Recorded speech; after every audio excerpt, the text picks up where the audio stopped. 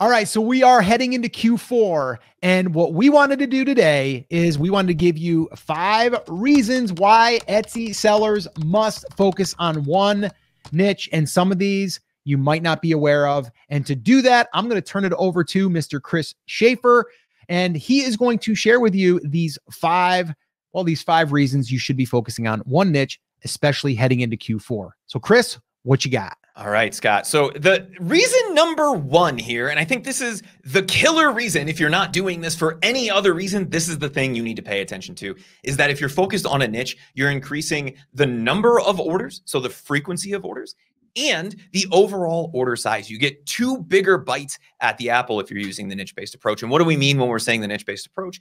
All of the products that you sell in your store would appeal to the same buyer. So if we're selling a piece of luggage to someone who loves fishing, we're also going to have the luggage tags and all of the things that go along with it. This allows us to not only increase the cart size or the order size that comes in, but it also increases the frequency with which buyers can purchase from our store. If we're using the spaghetti at the wall, the everything store approach, we lose both of those opportunities, because even the related products that Etsy might show to a buyer are not necessarily relevant to that buyer, and we lose out on the frequency side of things. And I know, Scott, a lot of people are wondering, how often do Etsy buyers really buy? Well, it goes from once a year to pretty frequently once a month or more. But what we saw from the Etsy buyer survey is that the average Etsy buyer is buying 5 times a year or more on the website. And so if we're able to get even just 1 or 2 more of those throughout the year by using the niche-based approach, it's absolutely worth it. But what we're going to see during Q4 is that we're going to see a massive increase in size.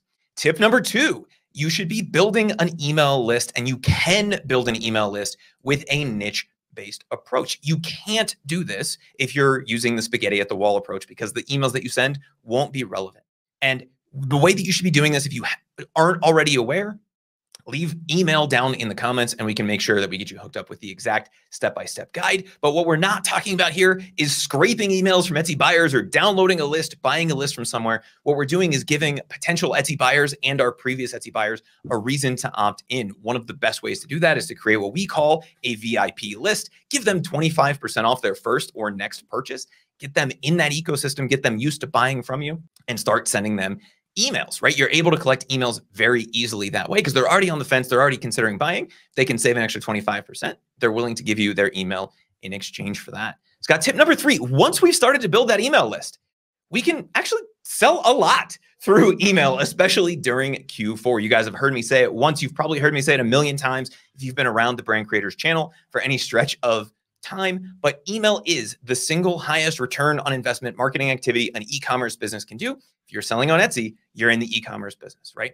We get a bigger return from that than from social media, from SEO, from launching new products, from any of the other things that we can do. It comes from email, but we have to build the list to be able to do that. The extra little cherry on top, the extra little nugget that Etsy gives us is they launched last year in September what they call the Share and Save program, where any traffic that you send to Etsy from an external source, like your social media pages or your email marketing list, you save on the fees. And I believe, Scott, it's 4%, I think is what you end up saving, which adds up tremendously as we're going through this.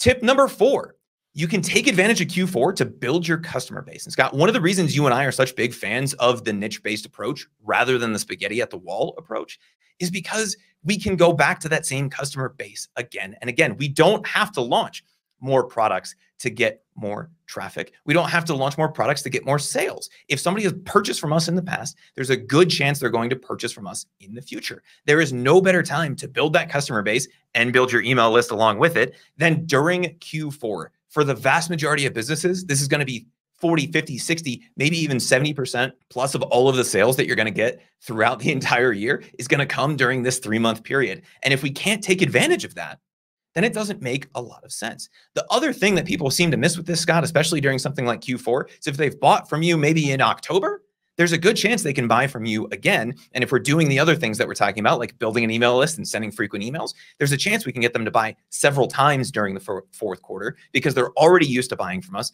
They already know the quality of our stuff, and they have other people to give gifts to during that period. I think that customer base, Scott, leads me into tip number 5, which is selling more after Q4. Everybody asks us, okay, Q4 is over. I took a mental health break because it's been crazy. Now what? And the answer is nothing if you're using the spaghetti at the wall approach, right? We have to be relying on that traffic. That traffic takes a big dip at the beginning of January. It takes a big dip at the end of July when everybody's going on vacation. How do we balance out those sales through the rest of the year? Well, we build that customer base. We build that email list as we work our way through Q4. And then we have the ability through emails, like we do any other time of the year, and through shop favorites, abandoned carts, everything that happened during that Q4 period, we can start to send notifications using either our emails or Etsy's internal marketing triggers to the people who have favorited our shop. We're going to get more eyeballs throughout the rest of the year. It all comes down to, like you said, Chris, is like, that's why we are focused on one niche, right? If you focus on the one niche, everything else to me becomes way easier, because now we don't have to get, well, shiny object syndrome because this thing's selling 15 grand in a random niche that I don't serve at the moment. So it really simplifies things. It also allows us to stay focused on serving that customer. And from there, we're able to create products. We can connect with them. We can ask them what they would like for future products, or maybe we can get their opinions on things that we're developing, or even just tease an upcoming product and let them know about that. So to me, it all comes down to focusing on the one niche. So this way here, we can sell more products, the time of purchase, but also at a later date. And we're able to do it over and over and over again. So acquiring that customer, once we do that, even if it costs us a little bit, we can always make it up in the future.